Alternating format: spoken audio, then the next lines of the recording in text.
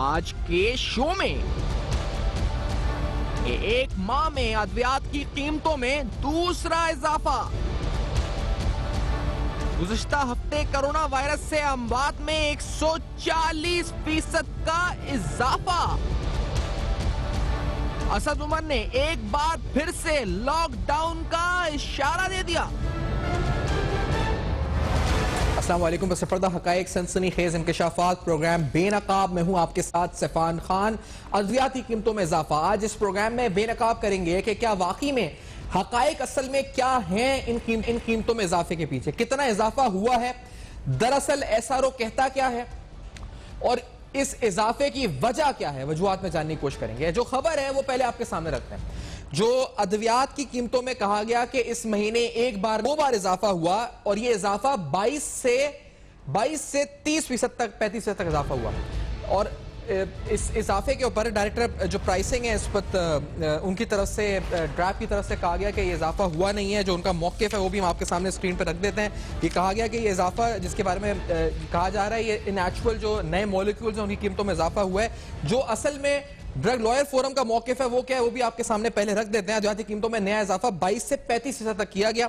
एक महीने में अद्वियाती कीमतों में दूसरी बार इजाफा हुआ। दूसरा माहाना इजाफा जो हुआ है इसकी जो मंजूरी वफाकी काबीना की तरफ से दी गई गुज़िश्ता माह 17 सितंबर की तारीख का नोटिफिकेशन था। 29 सितंबर को मंजर आम पर आया। इस नोटिफिकेशन में तकरीबन 94 अद्वियाती कीमत में तकरीबन 510% का इजाफा हुआ।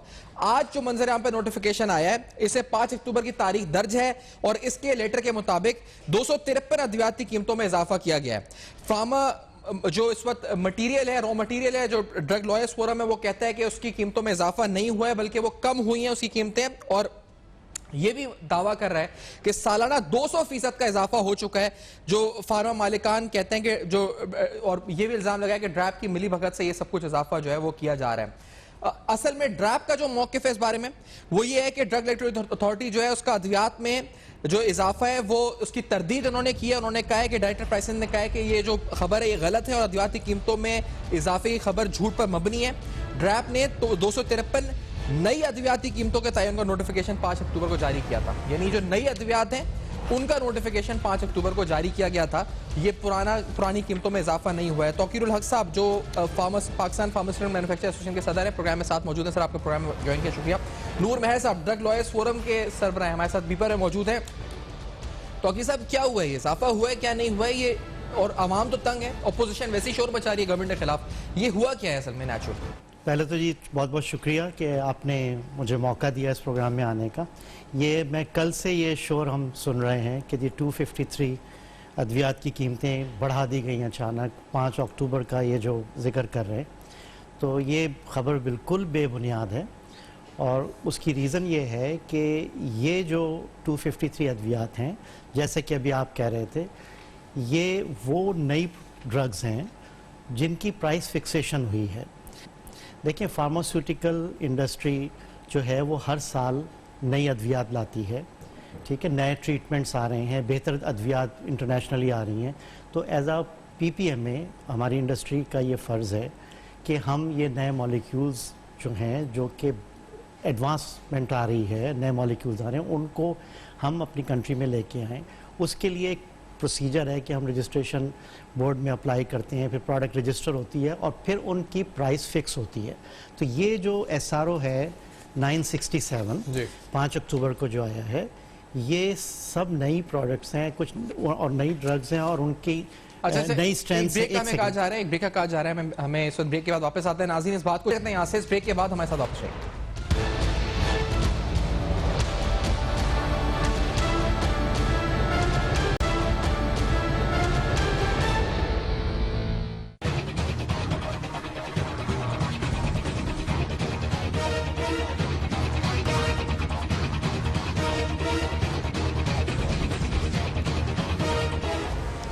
Welcome back. आप देख रहे हैं बेनकाब और बेनकाब में अहम तरीन सवालात। आखिरकार अद्वियाती कीमतों में जो इजाफा हुआ, जो हालिया इजाफा हुआ, ये महीने में 2 बार जो इजाफा हुआ, इसकी वजूहात क्या हैं? तौकीर साहब आप फरमा रहे थे, आप कह रहे थे ये इजाफा नहीं हुआ है, जो SRO है ये इस SRO में जो है ये कौन से मॉलिक्यूल्स हैं? ये नई अद्वियात हैं। देखिए, जैसे मैंने आपको बताया ना कि जब भी ड्रग कोई रजिस्टर होती हैं, हर साल नई दवाइयाँ आती हैं रजिस्ट्रेशन होती है और उसके बाद एक मैकेनिज़्म के तहत और एक फार्मूले के तहत इसकी प्राइस फिक्स की जाती है, जो कि फेडरल गवर्नमेंट, फेडरल कैबिनेट जो है वो इसको अप्रूव करती है। तो ये कोई पहली दफ़ा नहीं हुआ, हर साल जो है वो नई दवाइयाँ आती हैं। तो ये SRO जो है ये प्राइस इंक्रीज़ का नहीं है, यही मैं आवाम को बताना चाह रहा हूँ। ये SRO 967 जो कि 5 अक्टूबर को इशू हुआ है, ये नई अद्वियात हैं, न्यू ड्रग्स, और उनकी नई स्ट्रेंथ्स हैं, कुछ कॉम्बिनेशन है। तो ये नई ड्रग्स हैं जो आना बहुत ज़रूरी है। तो ये प्राइस फिक्सेशन है, प्राइस इंक्रीज नहीं है। नहीं सर, लेकिन वो कहते हैं कि आप लोग जो है डेटा जमा नहीं कराते इस वक्त ड्रैप को।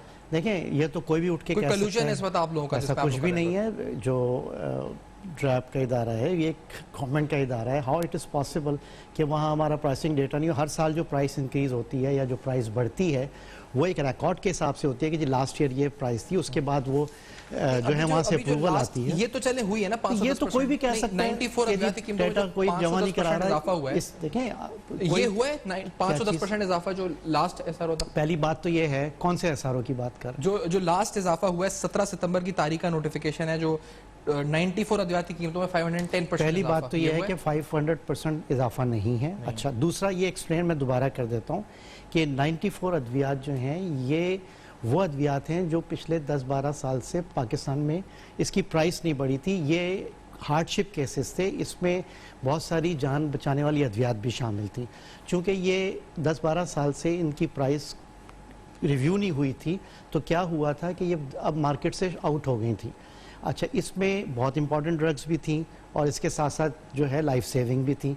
जैसे कि एक प्रोडक्ट है एसिटोजोलामाइड, जो काला मोतिया की दवा है, जो कि मिल नहीं रही और इंसान अंधा। और अब क्या था, या तो उनको मिल नहीं रही या ब्लैक में स्मगल प्रोडक्ट 1000 रुपए की मिल रही थी। तो इस वजह से जो है ये अगर प्राइस, ये तो बहुत अच्छा डिसीजन लिया है गवर्नमेंट ने। अगर ये ना होती तो क्या चाह रहा था कि आवाम को ये जान बचाने वाली अद्वियात जो है वो स्मगल खरीदते रहे। और उसमें एक सेकंड, उसमें जो 500% तो अव्वल हुई नहीं।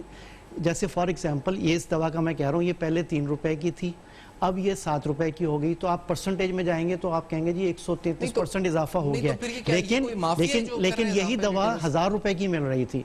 तो ये सब जो है ना सर, ये मुझे बताएगा कि ये जो आपका तो फॉर्मूला ये है ना कि CPI के तहत आप लोग लिंक्ड है। नहीं, देखिए आपकी प्राइसिंग है 70% एसेंशियल टैक्स जो है वो 70% ऑफ द CPI, और बाकी जो है वो आप 100% है। देखिए, and that happens on 1 July of every year. पहली बात तो ये कि 94 ड्रग्स जो है ना ये हार्डशिप की थी, ये तो वन टाइम, ये चूंकि इतने अरसे से ये हो गया। अच्छा। बाकी प्राइस इंक्रीज का एक मैकेनिज्म है कि हर साल जुलाई में एक 2018 में एक pricing policy I, which is very important. अगर ये पॉलिसी नहीं, 12-13 साल बाद तो ये पॉलिसी आई है, अगर ये पॉलिसी नहीं होगी तो आज 94 अद्वियात को रो रहे हैं हम, फिर और शॉर्ट होना शुरू हो जाएंगे। इसके तहत जुलाई में जो CPI गवर्नमेंट अनाउंस करती है उसका, जैसे इस साल जो है वो CPI जो है वो 10% है, तो जो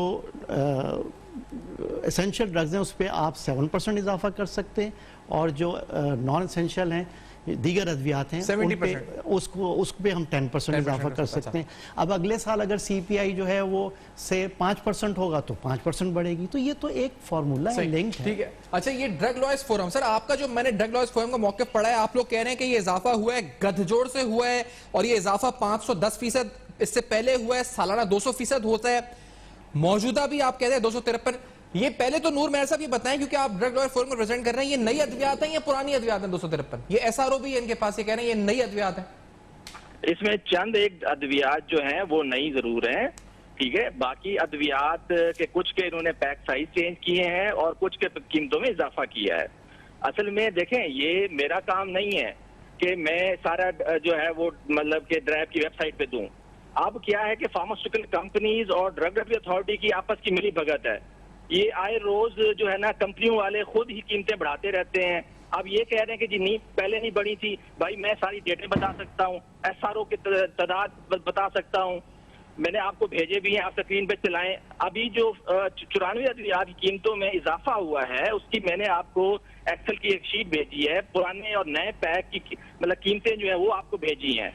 अगर ये कहते हैं ये जो SRO है, सर ये जो SRO है इसमें से कितनी नई है और कितनी पुरानी है, इसी को इससे शुरू करते हैं ना, कितनी पुरानी है? इसमें तकरीबन 100 के करीब जो है नई है, ठीक है, और बाकी जो है कुछ के इन्होंने पैक साइज चेंज किए हैं, कुछ की कीमतें बढ़ा दी हैं इन्होंने। अच्छा ये जो है ना, सर ये इनकी यही पॉइंट ना ड्रामेबाजी नूर है। साहब, this is the most important point. यहीं से शुरू करते हैं हालिया इजाफे से।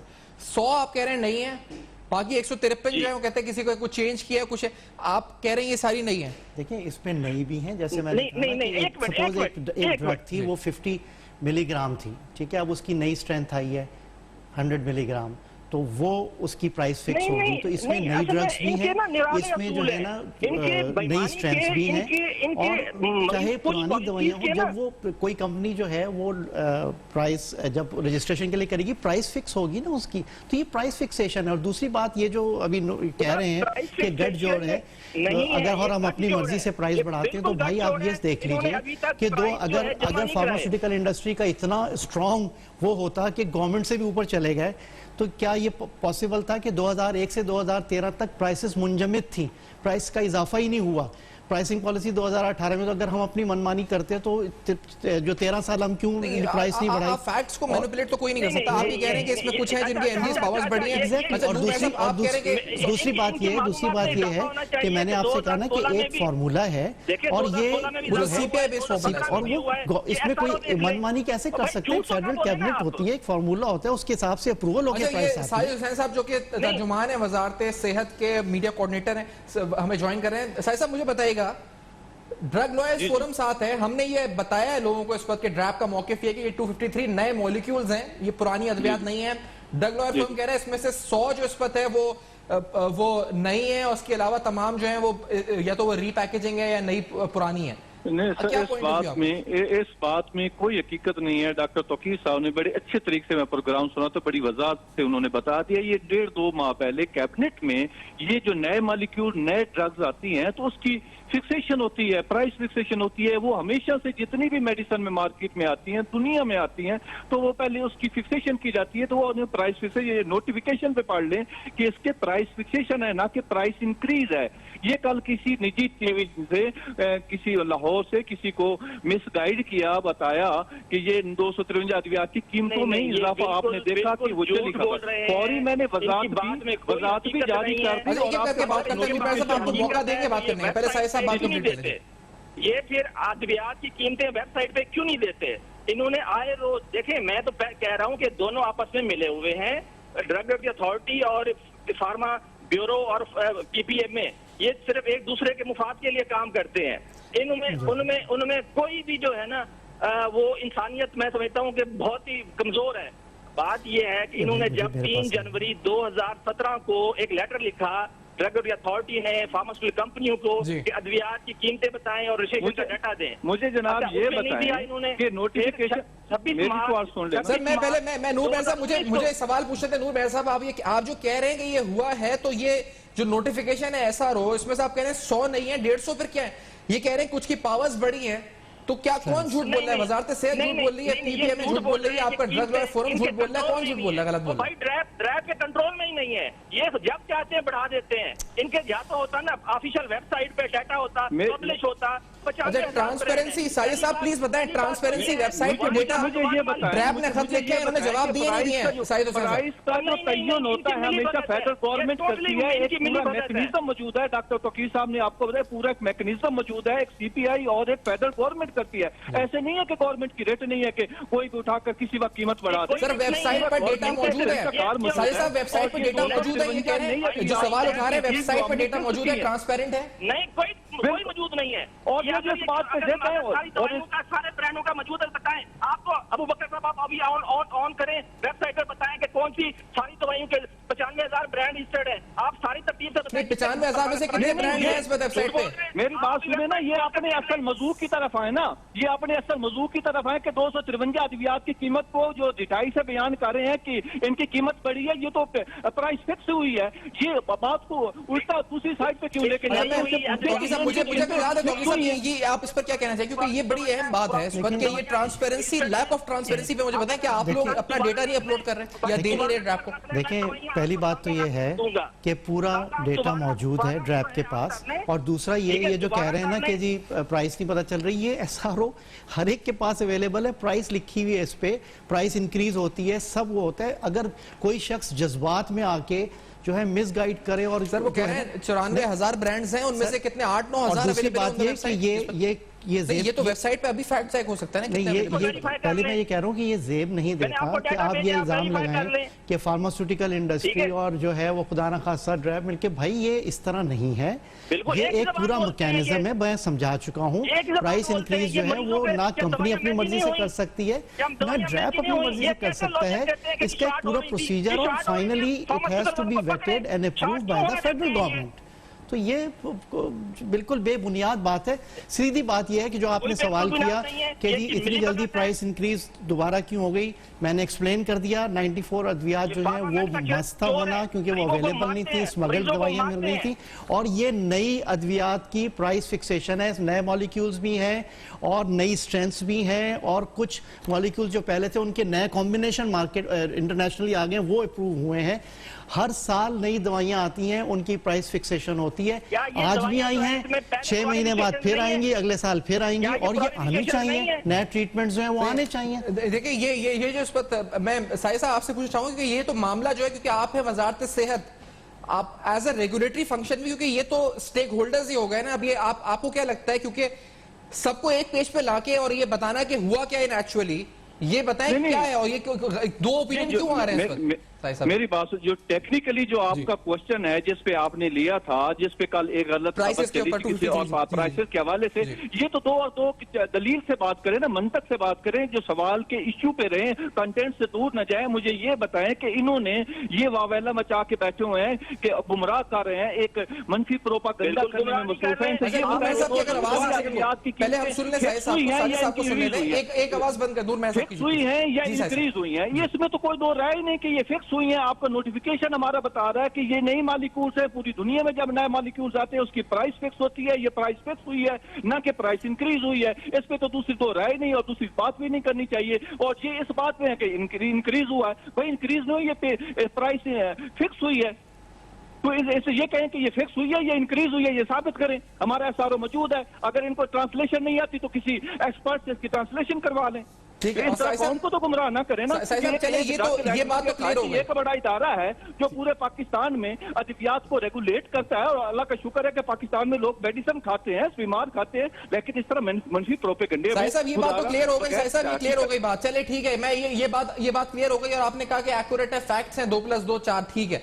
वो दूसरा इल्जाम जो लगा रहे हैं, जो इससे हटकर है, जो इस पे आप कह रहे हैं, अगर आप उसे बात क्या जवाब देना चाहेंगे कि वो कहते हैं कि वेबसाइट्स पर ट्रांसपेरेंसी नहीं है और ड्रैप को डेटा नहीं दिया जा रहा पीपीएमए की तरफ से, तो क्या इज दिस अ फैक्ट, या फिर ये भी इस वक्त गलत बोल रहे हैं?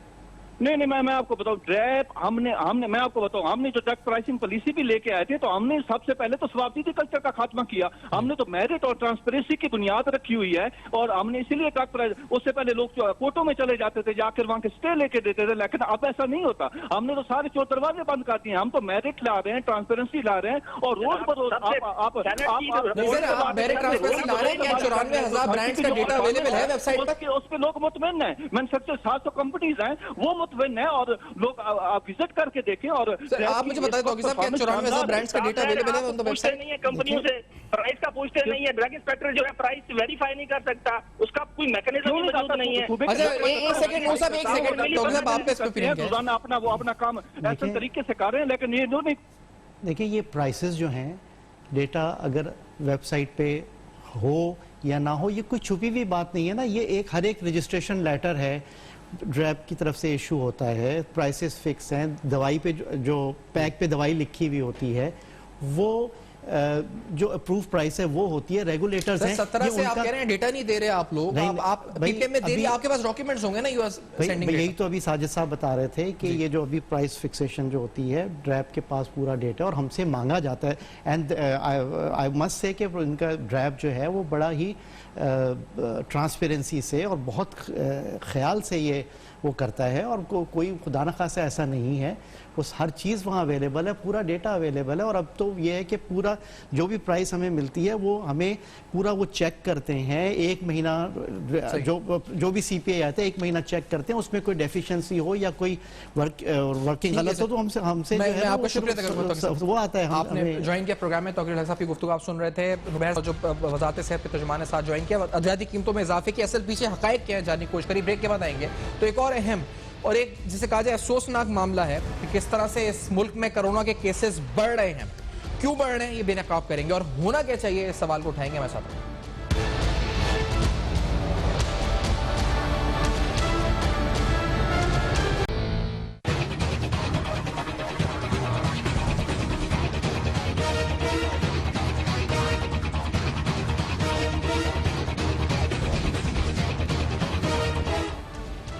Welcome back.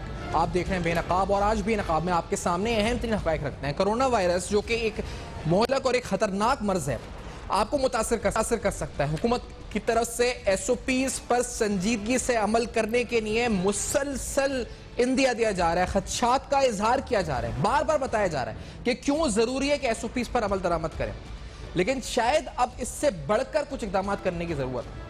वो क्यों है तो पहले आपको बताते हैं असद उमर साहब ने कहा क्या है। असद उमर साहब जो वफाकी वजीर हैं, NCO भी करते हैं, उन्होंने कहा है कि कोरोना वायरस से बचाव की SOPs को नजरअंदाज करने के नताइज जाहिर होने लगे हैं।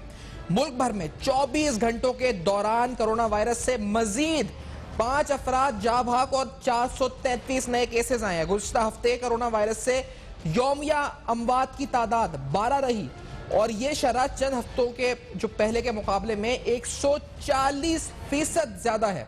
कोरोना वायरस से अमवात में 140% इजाफा हुआ है और हम तमाम SOPs को नजरअंदाज करके गलती के मुर्तकिब हो रहे हैं। हम मौजूदा रास्ता तब्दील नहीं करते तो बड़ी अहम बात की है कि न सिर्फ जिंदगी बल्कि माश से भी महरूम हो जाएंगे, यानी हमारी माशी सरगर्मियों पर फिर लॉकडाउन हो सकता है। गुज़िश्ता रोज ही मावन खुसूसी बराए समाजी तहफ़्फ़ुज़ डॉक्टर सानिया नश्तर को भी कोरोना वायरस की तशख़ीस हुई थी और अमवात में इजाफा हो रहा है। क्या फौरी तौर पर शादी हॉल से पाबंदी लगानी पड़ेगी? क्या फौरी तौर पर जो रेस्टोरेंट्स हैं जहाँ डाइन इन हो रहा है वहां पाबंदी लगानी पड़ेगी? और इसी तरह से क्या हुकूमत को इस तरह के स्ट्रिंजेंट मेजर्स लेने पड़ेंगे जिसके बाद मास्क ना पहनने वाले पर चालान किया जा सकेगा?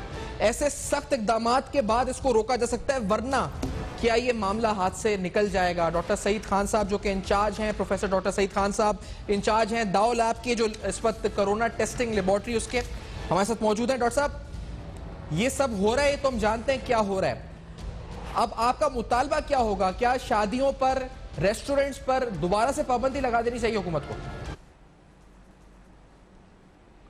जी अस्सलाम वालेकुम। सबसे पहले आपका बहुत शुक्रिया कि आपने बिल्कुल टाइम पे इस अहम मौजू पे मदऊ किया।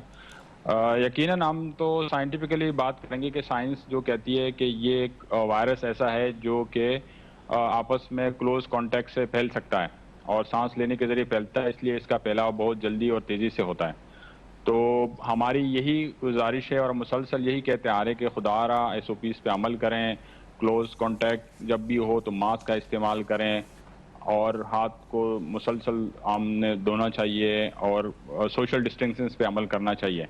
जब हम इन चीज़ों पे अमल नहीं करते और हमने इसका देख लिया जो नतीजा है कि जब तक हम अमल कर रहे थे और जब तक हम कोशिश कर रहे थे तो हम मिड ऑफ सितंबर तक बहुत अच्छे पोजीशन में थे और नंबर ऑफ केसेस बहुत ग्राउंड को टच कर रही थी, ऑलमोस्ट मतलब बिल्कुल 1% और 2% तक पे चले जाते।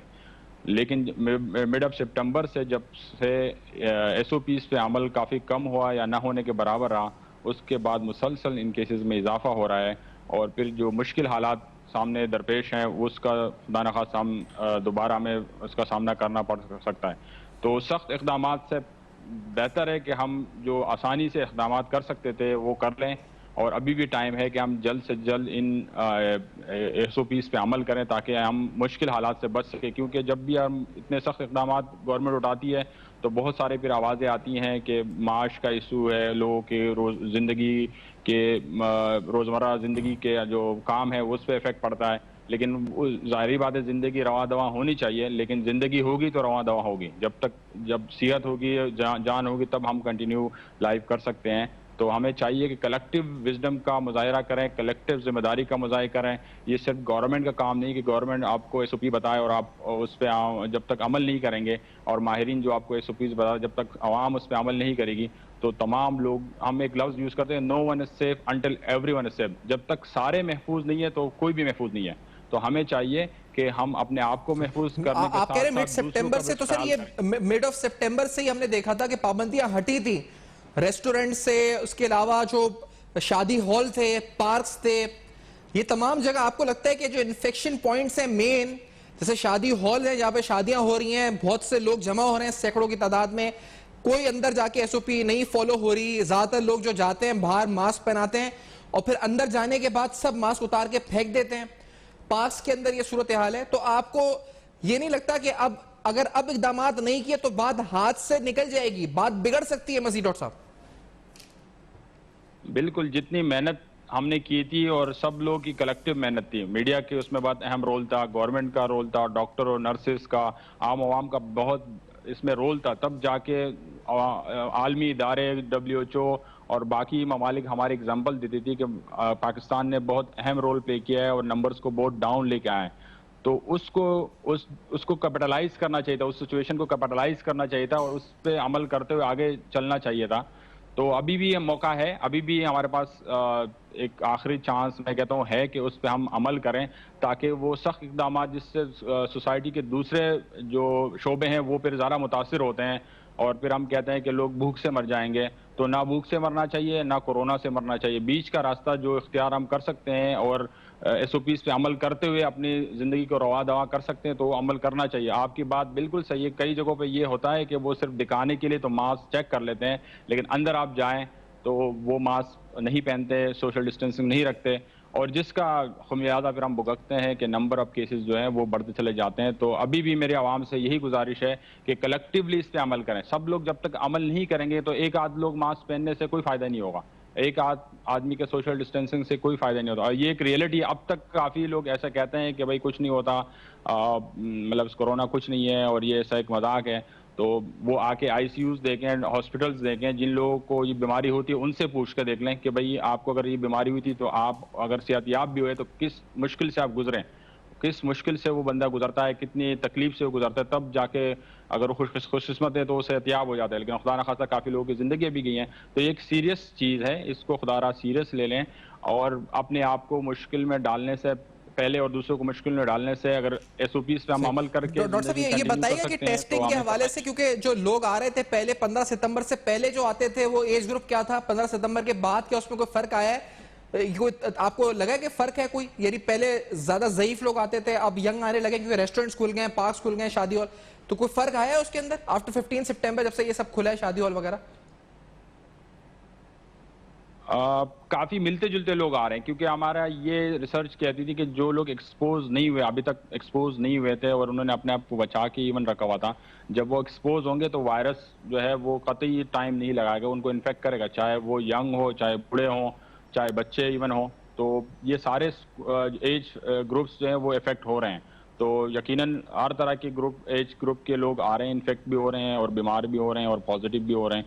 तो इसमें कोई गुंजाइश नहीं है, कोई कंसेशन नहीं कि फलां एज ग्रुप का जो है, ये है कि ओल्ड एज ग्रुप ज़्यादा मुतासर होते हैं या उनमें बीमारी की शिद्दत ज़्यादा होती है, लेकिन हर एज ग्रुप के लोग मुतासर हो सकते हैं। ये वायरस जो है हर इन तरह के एज ग्रुप के इंसान को मुतासर कर सकता है। तो हमें चाहिए कि अपने आप को एक मुतालबा और अगर हुकूमत से हम करेंगे कि हमने ये सुना था कि एक तजवीज़ आई थी और ये तजवीज़ ये थी कि 1000 रुपये का फाइन लगा दिया जाए मास्क ना पहनने वाले पर। तो हम ये जरूर मुतालबा करेंगे यहां से कि जो मास्क ना पहने उसका चालान हो, या तो चालान हो या फिर फौरी तौर पर उसके ऊपर फाइन हो जाए, ताकि मास्क की SOP के ऊपर सख्ती से अमल दरामद किया जा सके। डॉक्टर साहब, do you agree with this? यकीनन जो गवर्नमेंट के फैसले हैं या पॉलिसी मेकिंग है वो गवर्नमेंट करेगी। हम बीइंग अ साइंटिस्ट या एक्सपर्ट हम एडवाइस कर सकते हैं कि मास्क जरूरी हैं। अब ये गवर्नमेंट की जिम्मेदारी है कि किस तरह इसको इम्प्लीमेंट कर सकती है। वो इंसेंटिव देके कर सकती है। इस ब्रेक के बाद नाज़रीन, डॉक्टर साहब आपका शुक्रिया अदा करेंगे, आपने ज्वाइन किया। इस ब्रेक के बाद करेंगे प्रोग्राम को कंक्लूड। हमारे साथ रहेगा, मुख्तसर ब्रेक के बाद आपको दोबारा ज्वाइन करेंगे।